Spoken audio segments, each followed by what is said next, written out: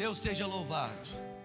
Abramos a palavra do Senhor em Atos dos Apóstolos, capítulo de número 20. Atos dos Apóstolos, capítulo de número 20.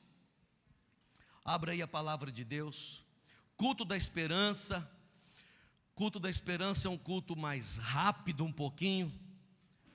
Daqui a pouco nós vamos começar a nossa escola bíblica dominical, não é? Mas por enquanto é o nosso culto da esperança. A nossa palavra nessa manhã é uma vida contagiante. Uma vida contagiante. Atos capítulo 20. A partir do versículo de número 17. Atos capítulo 20, a partir do versículo 17. São vários versículos, nós vamos aqui pincelar alguns versículos, mas eu queria que você ficasse com a sua Bíblia aberta aí, tá bom? Atos 20, verso 17, diz assim a palavra de Deus.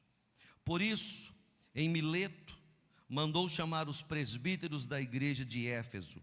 Quando chegaram, ele lhes disse: vocês sabem que desde o dia em que pisei na província da Ásia até agora, fiz o trabalho do Senhor humildemente e com muitas lágrimas. Suportei as provações decorrentes das intrigas dos judeus e jamais deixei de dizer a vocês o que precisavam ouvir, seja publicamente, seja em seus lares. Anunciei uma única mensagem, tanto para judeus como para gregos. É necessário que se arrependam, se voltem para Deus e tenham fé em nosso Senhor Jesus. Agora, impelido pelo Espírito, vou a Jerusalém. Não sei o que me espera ali, senão que o Espírito Santo me diz em todas as cidades que tenho pela frente prisão e sofrimento. Mas minha vida não vale coisa alguma para mim, a menos que eu a use para completar minha carreira e a missão que me foi confiada pelo Senhor Jesus, dar testemunho das boas novas da graça de Deus. Agora sei que nenhum de vocês a quem anunciei o reino me verá outra vez. Por isso, declaro hoje que se alguém se perder, não será por minha culpa, pois não deixei de anunciar tudo que Deus quer que vocês saibam. Portanto, cuidem de si mesmos e do rebanho sobre o qual o Espírito Santo os colocou como bispos, a fim de pastorearem sua igreja comprada com seu próprio sangue. Sei que depois de minha partida surgirão em seu meio falsos mestres, lobos ferozes que não pouparão o rebanho. Até mesmo entre vocês se levantarão homens que distorcerão a verdade a fim de conquistar seguidores. Portanto, vigiem.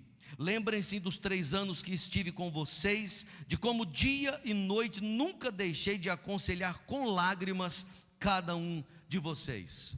E agora, eu os entrego a Deus e à mensagem de sua graça, que pode edificá-los e dar-lhes uma herança junto com todos que Ele separou para si. Jamais cobicei a prata, o ouro ou as roupas de alguém. Vocês sabem que estas minhas mãos trabalharam para prover as minhas necessidades e as dos que estavam comigo. Fui exemplo constante de como podemos, com trabalho árduo, ajudar os necessitados, lembrando as palavras do Senhor Jesus: a bênção maior em dar que em receber. Quando Paulo terminou de falar, ajoelhou-se e orou com eles. Todos choraram muito enquanto se despediam dele com abraços e beijos. O que mais os entristeceu foi ele ter dito que nunca mais o veriam. Então eles o acompanharam até o navio. Uma vida contagiante. Irmãos amados, nós estamos terminando hoje, nesse domingo, as nossas celebrações de aniversário da Pipo. 49 anos. 49 anos de organização. E essa semana, lendo esse texto em casa, numa das minhas devocionais pela manhã, Deus tocou muito no meu coração. Eu fui impactado por prestar atenção um pouquinho na vida do apóstolo Paulo. em como esse homem foi assim um baluarte do Evangelho, em como esse homem viveu como cristão na presença de Deus. E Paulo passou 3 anos em Éfeso, que era à época uma cidade muito grande, era praticamente 300 mil habitantes, uma cidade que tinha ali o templo da deusa Diana, a Diana dos Efésios, era uma das 7 maravilhas do mundo. Era um tráfico, o comércio ali era violento, era gente que entrava e saía demais. Paulo fez uma obra linda naquele lugar, mas depois disso Paulo, entendendo que por Deus precisava voltar, precisava ir a Jerusalém, o objetivo era participar da festa que havia em Jerusalém, ali o Pentecoste, 50 dias depois da Páscoa, e o tempo estava muito curto. Ele queria conversar com os presbíteros das igrejas, da igreja de Éfeso e das demais igrejas, mas não dava para voltar a Éfeso mais. Então, o que ele faz? Nessas viagens dele, aqui no versículo 17, nós vamos perceber que ali em Mileto, no porto de Mileto, Paulo diz para os presbíteros: eu quero que vocês venham até mim, porque eu quero conversar com vocês. Eu quero falar um pouco da minha vida e quero dar instrução para vocês. E por que eu estou falando a princípio, eu usei esse texto com ênfase nos presbíteros? Porque a igreja do Senhor, ela é pastoreada não por um homem, mas para um colégio, um colegiado, para um grupo de homens que cuidam do rebanho do Senhor Jesus. Em todas as igrejas, Paulo dizia: coloquem lá presbíteros sempre no plural, porque não há uma pessoa com destaque na igreja, há líderes que cuidam do rebanho.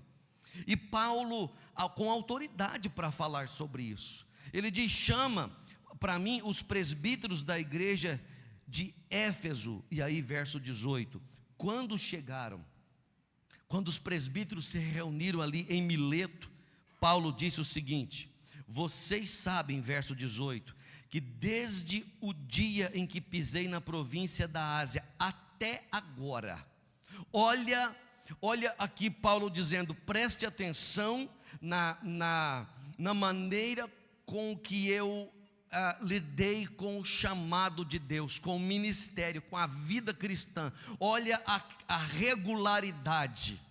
Ele diz, verso 19: fiz o trabalho do Senhor humildemente e com muitas lágrimas, desde o dia em que pisei na província até agora. Ele está dizendo, não adianta começar bem e terminar mal. Não adianta você começar de um jeito e depois, na medida que o tempo vai passando no ministério, no pastoreio, no cuidado de uns para com os outros, o tempo vai passando e você vai se perdendo. Paulo vai dizer, preste atenção como é que eu me conduzi. Eu fiz o trabalho do Senhor. Ele estava a serviço do Senhor. Esse entendimento de que não apenas os presbíteros ou as esposas dos presbíteros, mas a igreja foi chamada para servir ao Senhor. E ele deixa claro, humildemente, com muitas lágrimas. Não tem vergonha de dizer isso. Lágrimas, choro, dor, vivendo o ministério. E ele continua dizendo, suportei as provações decorrentes das intrigas dos judeus. 20, jamais deixei de dizer a vocês o que vocês precisavam ouvir. Paulo nos contagia ou me contagia, porque ele entendia que precisava anunciar, pregar, dizer, ensinar a igreja publicamente, mas sem dificuldade de estar no lar, sem dificuldade de estar com poucas pessoas, sem querer pregar para multidões apenas. Paulo era daquele que poderia pregar para 1.000, 2.000, 5.000, mas poderia pregar para 5, para 1, como fez várias vezes. Pregava para grandes pessoas, mas pregava nos lares, pregava nos grupos familiares, nos grupos pequenos, a palavra de Deus, anunciei uma única mensagem. Uma única mensagem. Qual é a mensagem que Paulo anunciou, irmãos amados? Esse versículo 21, Paulo vai dizer, seja para judeu ou seja para grego, para gentio, a mensagem de Paulo é: arrependam-se, voltem-se para Deus e tenham fé em nosso Senhor Jesus Cristo. Qual é a mensagem que se deve pregar? É a mensagem de arrependimento, é a mensagem da fé em Jesus. Não é o que a gente vê muitas vezes por aí, como se a igreja fosse uma empresa, como se o púlpito fosse um balcão, mercadejando a palavra de Deus, facilitando muitas vezes, tentando ver se a igreja enche a toque de caixa. Paulo vai dizer: você precisa se arrepender dos seus pecados, você precisa voltar-se para Deus e ter fé no Senhor Jesus Cristo. Paulo, irmãos, me encanta, sabe por quê? O horário não permite aqui agora, mas ele me encanta, porque se você sai daqui e vai para outros textos, Paulo vai falar de temas complexos, de doutrinas complexas da soberania de Deus, mostrando que Deus é responsável por tudo na nossa vida. Mas de repente você olha para textos como esse, é como se Paulo estivesse falando, você precisa tomar decisão, você precisa olhar para a sua vida. E aí ele ensina os presbíteros da igreja, a liderança da igreja, a viver dessa forma. Paulo tinha uma intimidade muito forte com Deus, irmãos, muito forte. O versículo 22 diz que ele foi impelido pelo Espírito Santo a voltar para Jerusalém. Não apenas nesse texto, mas vários outros textos, nós vamos ver Paulo com uma sensibilidade muito grande, ouvindo a voz de Deus, entendendo o chamado de Deus. Um homem que não negociava o ministério por causa de fama, de nome, mas impelido, ele foi chamado para Jerusalém. E olha bem, verso 22 ele diz: eu não sei o que me espera ali, a não ser, verso 23, que o Espírito Santo me diz em todas as cidades que eu tenho pela frente prisão e sofrimento. Ele está dizendo, o Espírito está me mandando de volta, está me mandando para Jerusalém, para viver o Evangelho, para pregar o Evangelho. E eu tenho uma consciência, cada cidade que eu passar, o que me espera é sofrimento, o que me espera é dor. Será que numa situação como essa, como nós nos comportamos? Porque um cristianismo de beleza, um cristianismo de tranquilidade, qualquer um consegue viver. Mas Paulo está dizendo, nem sempre é assim. A vida cristã não é assim o tempo todo.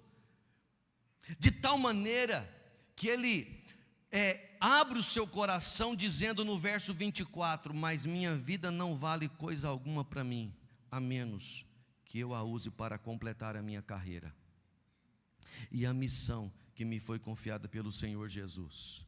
A minha vida não vale coisa alguma, a não ser servir a Deus.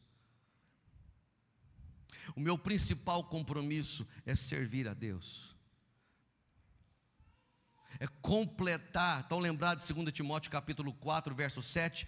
Eu completei a carreira, eu combati o bom combate e eu guardei a fé.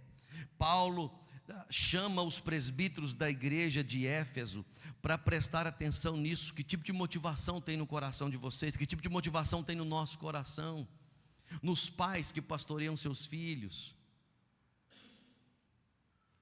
nos filhos que estão servindo o Senhor Jesus nas suas igrejas, nos pastores que sobem nos púlpitos para ministrar, para pastorear. Paulo está dando para nós aqui uma inspiração, qual é o nosso papel, como devemos nos comportar como igreja. E aí ele diz qual é a missão, a carreira que ele tinha que completar, o que o Senhor confiou a ele nesse verso 24. Mais uma vez ele diz, dar testemunho das boas novas da graça de Deus. O tema é o mesmo,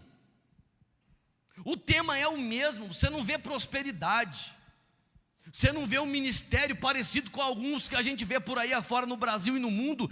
Tudo que você vê Paulo falando é a centralidade de Jesus, é o arrependimento e a fé no Senhor Jesus, é a crucificação do eu.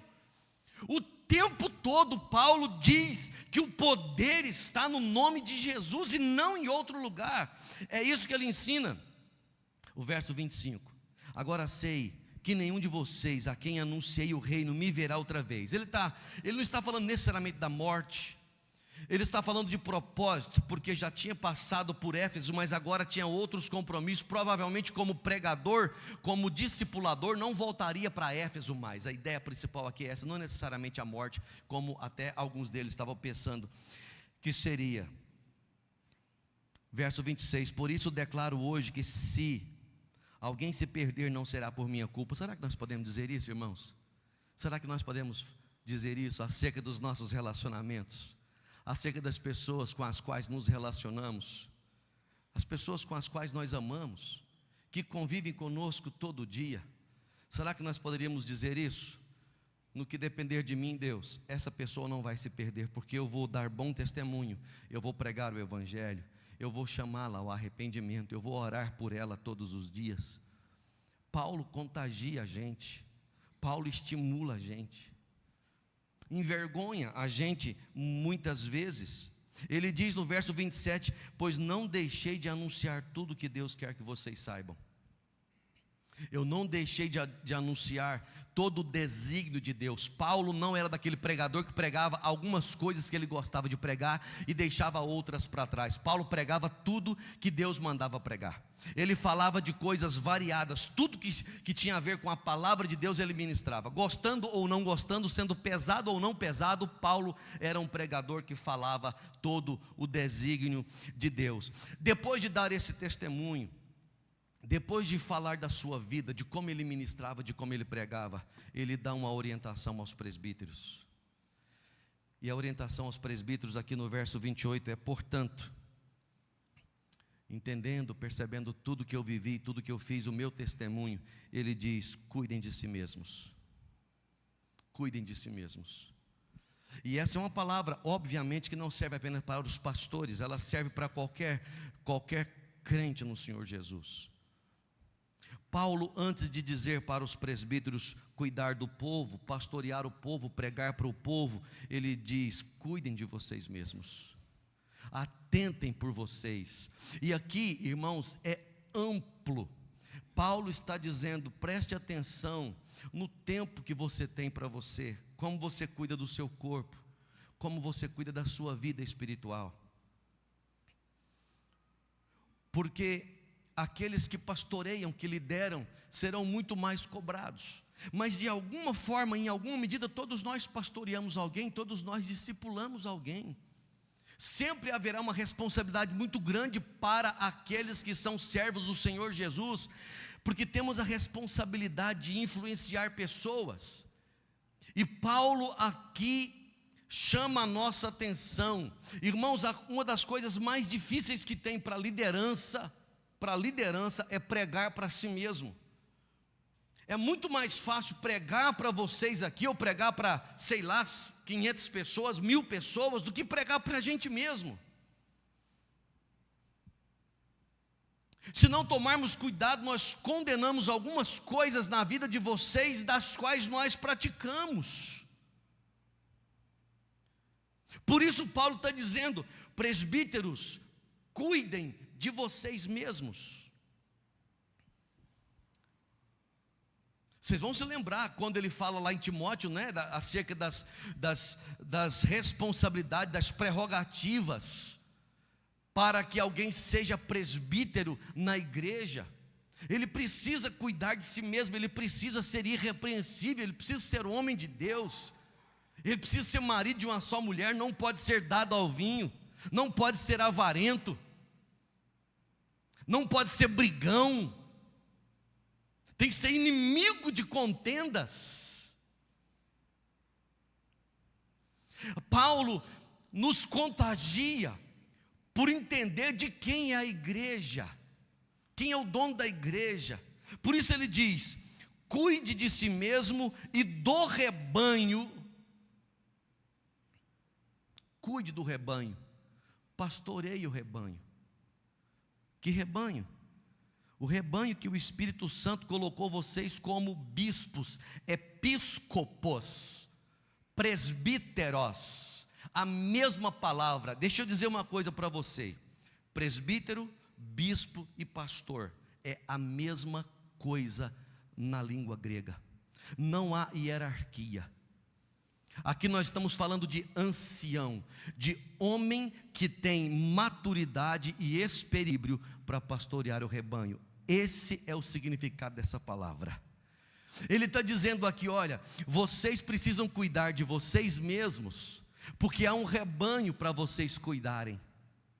Paulo fala de rebanho, embora ele mesmo nunca foi esse pastor de rebanho, mas uma linguagem do Antigo Testamento muito clara, não é? De pastoreio, de cuidado, de andar na frente, de dar a direção, de mostrar, de levar para pastos verdes, águas tranquilas, de refrigerar a alma. Esse é o papel do pastor, do pastoreio. Por que Paulo fala disso para os presbíteros, irmãos? Porque ele diz: vocês precisam cuidar do rebanho. Rebanho aqui está falando obviamente de plural. O que está por trás dessa palavra?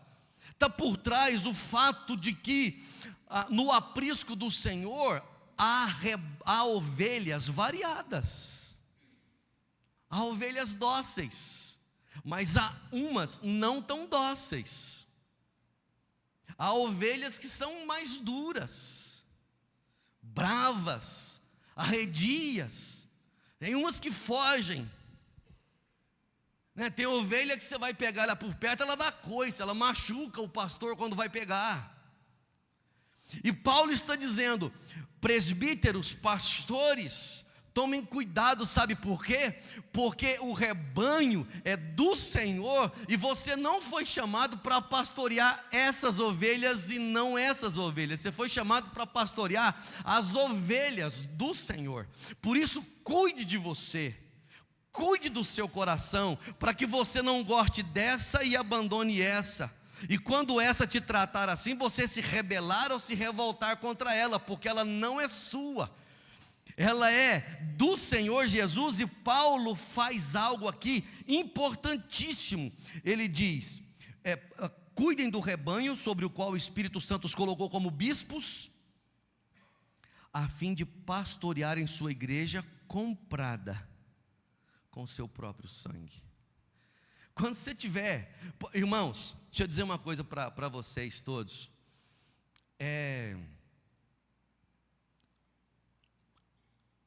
muito importante a igreja valorizar a liderança que tem, os presbíteros que tem. Por quê? Porque há uma responsabilidade muito grande, muito séria sobre os presbíteros.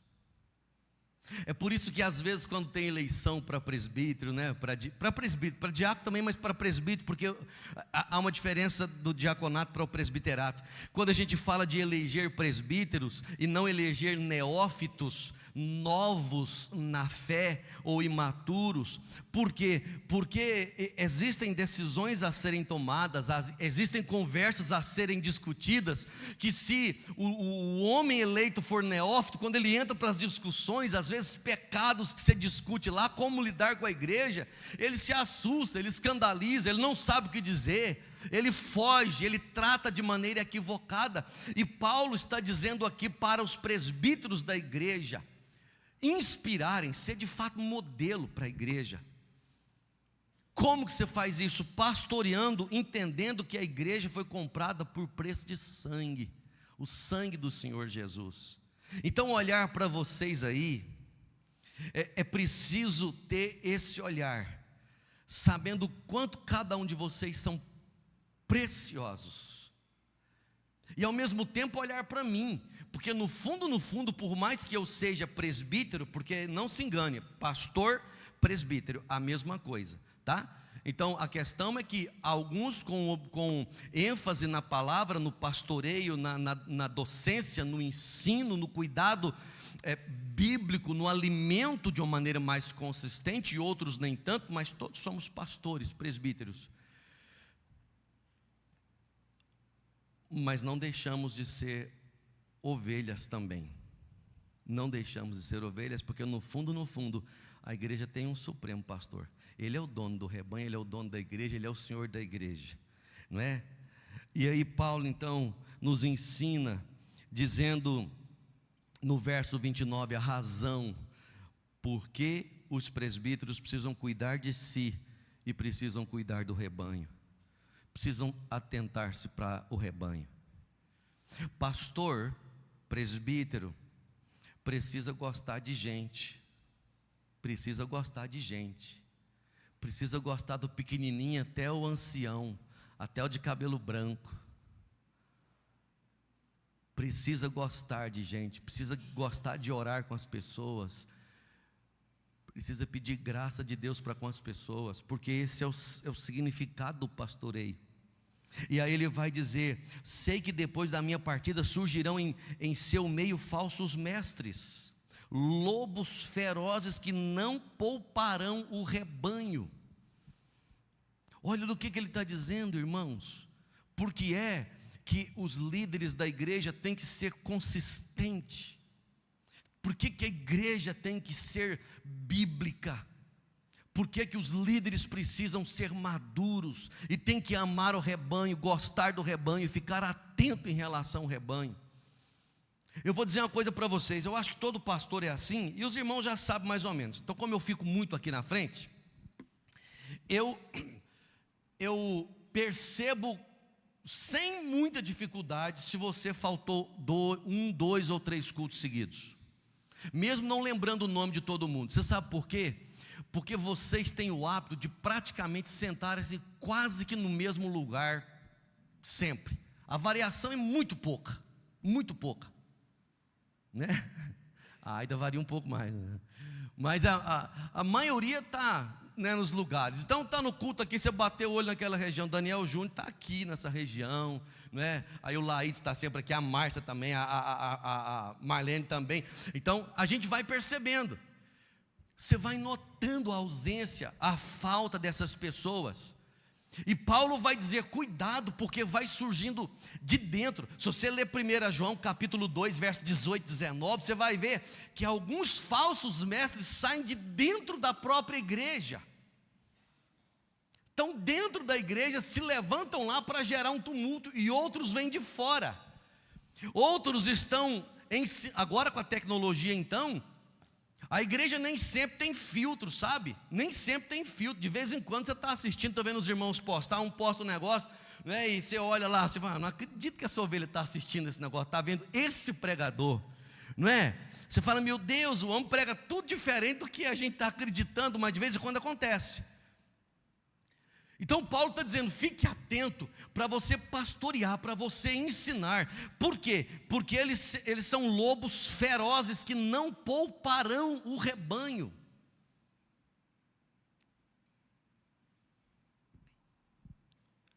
Até mesmo entre vocês se levantarão homens disfarçados. Olha isso. Até mesmo entre vocês, homens disfarçados, que distorcerão a verdade a fim de conquistar seguidores. Prestou atenção nessa frase, irmãos? O verso 30. Olha o que Paulo está dizendo aqui: entre vocês se levantarão homens que distorcerão a verdade. Não é que ele vai falar uma mentira completamente aberta, ele vai distorcer a verdade. Parece verdade, o discurso é bonito, é religioso, usa o nome de Jesus, tem ênfase, tem retórica, tem oratória, mas distorce a verdade. Paulo está dizendo: tem que ser presbíteros criteriosos, porque senão o rebanho vai sofrer demais, a fim de conquistar seguidores. Portanto, vigiem. 31. Lembrem-se dos 3 anos que estive com vocês, de como noite e dia nunca deixei de aconselhar com lágrimas cada um de vocês. Noite e dia, Paulo está falando: eu sempre estive com vocês, aconselhando com lágrimas, sofrendo por vocês. E agora, verso 32, eu os entrego a Deus e a mensagem de sua graça, que pode edificá-los e lhes dar uma herança, junto com todos que Ele separou para si. E para acabar de nos inspirar, de nos motivar, Paulo diz assim no 33: jamais cobicei prata, ouro ou as roupas de alguém. Jamais cobicei, nunca cobicei. Irmãos, esse aqui é o 10º mandamento lá. Você vai lá para o decálogo, é o 10º. Não cobiçarás. Você pode acertar em tudo, se você esbarrar nesse aqui, você perdeu tudo. Você perdeu tudo. Quem tem sede, quem cobiça demais, gente, quem é ganancioso demais, ele rouba, ele mata, ele se torna um idólatra, ele mente, ele vai quebrando os outros por causa dessa cobiça. E Paulo está dizendo: eu jamais cobicei. Verso 34, vocês sabem que estas minhas mãos trabalharam para prover as minhas necessidades e as dos que estavam comigo. Quando você lê 1 Timóteo capítulo 5, verso, eu não me lembro agora, se 8, 18, não me lembro ao certo, mas Paulo diz que os presbíteros, os pastores que se afadigam na palavra, são dignos de dobrados honorários. Lucas no capítulo 10, ele vai dizer que o boi não pode ser atado à boca enquanto ele está pisando o trigo. Ele está dizendo, é justo, é honesto, é honroso que eles sejam abençoados com o seu salário. Contudo, diz ele, contudo, mesmo podendo, eu não fiz, eu não peguei, eu não pedi. O que eu fiz? Eu me esforcei ao máximo, diz ele. Fui exemplo, 35, constante, de como podemos, com trabalho árduo, ajudar os necessitados. Lembrando as palavras do Senhor, a maior bênção em dar do que em receber. A maior bênção em quê, irmãos? Parece que a gente não acredita muito nisso. Mas a maior bênção, na outra versão, é melhor dar do que receber. É uma vida contagiante a vida do apóstolo Paulo.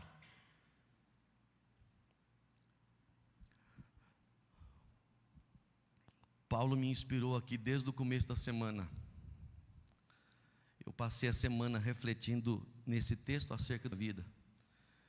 E o homem era tão cheio de Deus, era tão pastor de verdade, que diz o verso de número 36, quando Paulo terminou de falar, ele ajoelhou e ele orou com eles.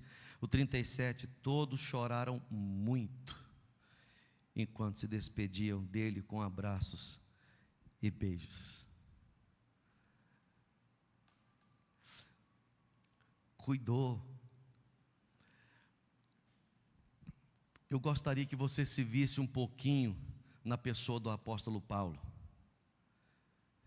Queria que você se visse como a irmã, o irmão, como alguém que tem essas responsabilidades, sabe? Alguém que ama o Senhor Jesus nessa cidade. A Pipo na cidade de Uruaçu. 49 anos, como será o próximo ano? Gente, o ano que vem é o nosso cinquentenário. 50 anos. Que tipo de festa nós faremos? Não é?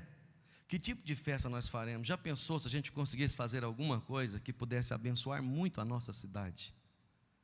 Muito. Já pensou se a gente programasse alguma coisa para dizer assim: vamos abençoar a nossa cidade, vamos gastar força, cuidando uns dos outros, no pastoreio, amando uns aos outros, perdoando uns aos outros. Vamos encher o nosso coração desse sentimento de renúncia, de abnegação, entendendo que a igreja do Senhor Jesus Cristo, que ela só tem um dono, que a glória é só dele, e que nós estamos aqui para abençoar a nossa cidade. Então, que Deus permita a mim e a você amar a palavra de Deus e amar a vida de oração. Amar a palavra de Deus e a vida de oração. Ouvir o Espírito Santo não se ouve sem vida de oração e sem leitura da palavra. E que Deus cure as nossas feridas, as nossas dores, que Ele levante pastores segundo o seu coração, como diz o livro de Ezequiel, capítulo 3, o capítulo 33, não é? Dar-vos-ei pastores segundo o meu coração. Está cheio de pastores como dom, não é? Não como ofício mesmo, mas como dom, pastores e pastoras. O dom pastoral de cuidado, de ministrar a palavra, está cheio na igreja, nós sabemos disso. Não estou falando de ofício pastoral, não é de ordenação, eu estou falando de ministério, de chamado pastoral, de cuidar uns dos outros. Pastores da nossa casa, pastores dos oriai uns aos outros, cuidai uns aos outros. Vamos orar, nosso tempo terminou, já passou. Vamos ficar de pé, vamos orar, pedir ao Senhor que sejamos contagiados pelo Evangelho de Jesus. Aleluia. Deus bendito, entregamos as nossas vidas nas tuas mãos, entregamos, ó Deus, nossos ministérios, entregamos diante do Senhor, ó Deus, aquilo que o Senhor tem nos chamado para fazer. Pedimos ao Senhor que continue a nos inspirar, continue a nos motivar, continue, ó Deus, a abrir o nosso coração e a nossa mente, nos ajude a cuidar de nós mesmos, a cuidar da nossa vida em todos os detalhes dela, para que possamos cuidar uns dos outros, para que tenhamos a autoridade do Senhor para cuidar uns dos outros. Nos ajude, como Paulo, fazermos isso de maneira humilde, com lágrimas, se for necessário. Faz isso, ó Deus, para que tenhamos famílias abençoadas, pais e filhos, igreja abençoada, e a cidade seja impactada com essa bênção de uma igreja que reflete o Senhor Jesus Cristo. Entregamos as nossas vidas, ó Deus, rogando por cura, rogando a Deus por espiritualidade contagiante. Rogamos ao Senhor aqui renovação espiritual no coração daqueles que não leem mais a palavra, que não oram mais ao Senhor, daqueles, ó Deus, que estão vivendo às vezes na prática do pecado e não conseguem se libertar, daqueles, ó Deus querido, que perderam o fogo evangelístico, o fogo, a paixão pela pregação do Evangelho. Nessa manhã, para os que estão aqui, os que estão assistindo, rogamos ao Senhor essa visitação, meu Deus. Rogamos ao Senhor essa mudança de comportamento na alma, no ser interior, para que a igreja tua seja poderosa e seja relevante nessa cidade. Oramos assim, ó Deus, no nome santo e precioso de Jesus.